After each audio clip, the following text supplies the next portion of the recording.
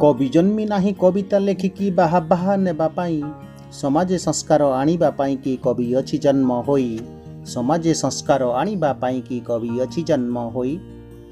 नमस्कार, मो आपणकर प्रिय साथी कंदर्प बेहेरा जागृति चैनल को आपणଙ୍କୁ स्वागत करुछि।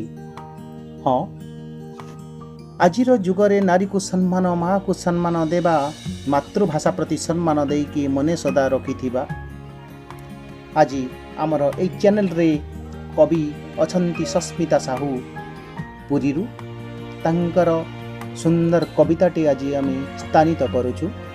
कवि सस्मिता साहू जड़े चित्रशिल्पी एवं कवयित्री लेखिका।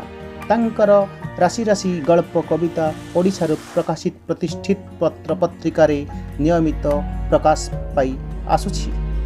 से जड़े चित्रशिल्पी हेले मध्य कविता लेखारे मग्नरत सस्मिता साहू। आम आकाशे जह्न उइले तम गाँ पई हसे तम गाँ फूल पाखुड़ा मेलिले आम गाँ सारा बासे तम गाँ फूल पाखुड़ा मेलिले आम गाँ सारा बासे आम गाँ सारा बासे। कवि सस्मिता साहूंक वर्षा उपर एक सुंदर कविता। कविताटी कवि निजे पाठ करी शुणाइबे आमर ए चैनल रे।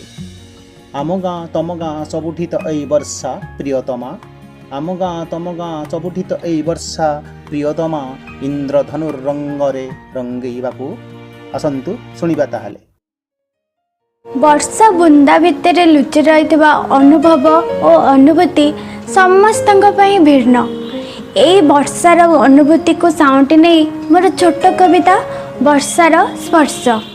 आकाशरू आसी माटी को से छुए आकाशरू आसी माटी को से छुए नाटी ताहार वर्षा। कहार से प्रेम कहार प्रेमिका कहा पाई से ईर्षा।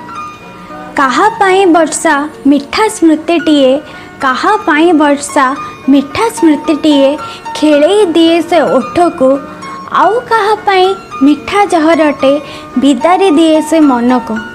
झरे ना केवल झरका से पाखे झरे ना केवल झरका से पाखे बुझीबाकू दुख माटीर झरी जाए केबे आखिर कोणरू पोछीबाकू कोह छातीर।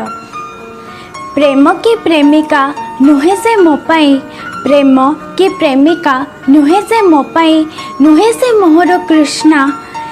मो प्रिय हाथर पहले स्पर्श से मेंटी जाए मृग तृष्णा मेंटी जाए मृग तृष्णा। कविताटी केमती लगिला आपनका मतामत देबे आ वर्षा को लेके आपनका अनुभूति मो सहित बांटेबे। रहुछि, धन्यवाद।